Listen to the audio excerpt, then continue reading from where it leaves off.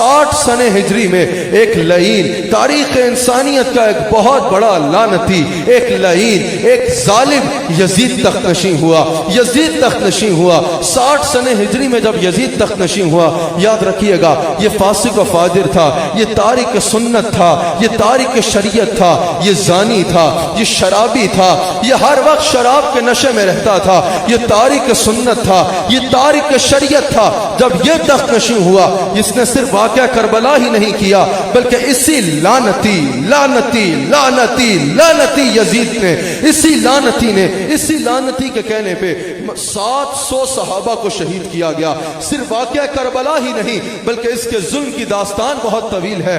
700 صحابہ کو اس یزید کے کہنے پہ شہید کیا گیا، 10,000 تابعین کو اس یزید کے کہنے پہ شہید کیا گیا۔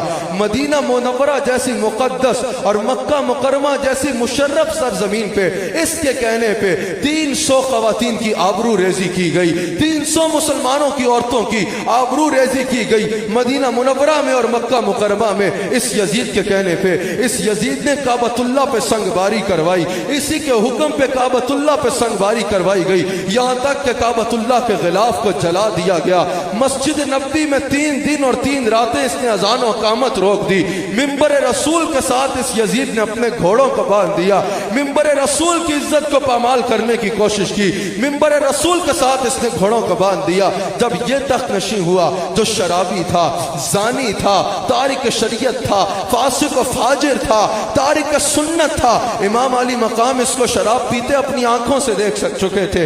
ایک مرتبہ امام علی مقام مکہ میں مطاف میں موجود تھے اور یہ مکہ میں مطاف میں بیٹھا شراب پی رہا تھا۔ اس نے حسین کو دیکھا تو شراب کا جام آگے بڑھایا اور کہا حسین لو تم بھی شراب پی لو۔ اللہ نے یہ نہیں کہا کہ شرابیوں کے لیے خرابی ہے، اللہ نے تو یہ کہا ہے کہ نمازیوں کے لیے خرابی ہے، آؤ حسین تم بھی شراب کا جام پی لو۔ حضرت امام حسین علیہ باللہ کہتے آگے بڑھ گئے۔ امام حسین خود اس کو شراب پیتے دیکھ چکے تھے، خود اس کی مغلظات سن چکے تھے، یہ کیسے تارک شریعت اور تارک سنت ہے۔ اس کی زنا کی داستانیں بھی سن چکے تھے اور اس کے قاتل ہونے میں بھی کسی کو شائبہ نہیں تھا، سب کے سامنے تھا یہ کیسا ظالم ہے۔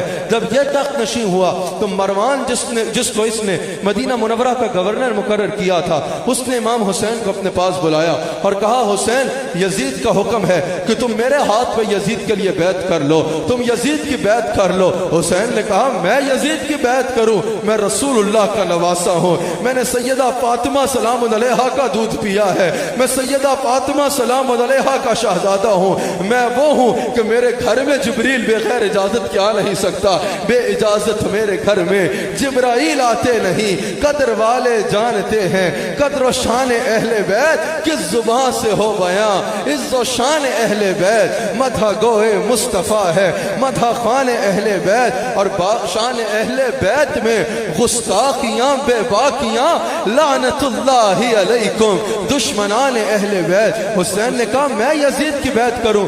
میں وہ ہوں جو رسول اللہ کے پیٹ پہ کھیلتا تھا، میں وہ ہوں جو رسول اللہ کے کندھوں پہ سواری کرتا تھا، میں وہ ہوں جو رسول اللہ کی زبان چوسا کرتا تھا، میں وہ ہوں جس کے لیے حضور نے فرمایا ہے کہ نہ صرف حسین مجھ میں سے ہے بلکہ میں حسین میں سے ہوں۔ اور یہ یزید، یہ فاسق و فاجر، یہ قاتل، یہ زانی، یہ شرابی، میں کبھی اس کی بیعت نہیں کروں گا۔ یہ کہہ کے آپ پلٹے تو ایک اور بہت بڑا لعنتی، ایک اور بہت بڑا لعین، ایک اور بہت بڑا شیطان مروان بن حکم ولید کے پاس موجود تھا۔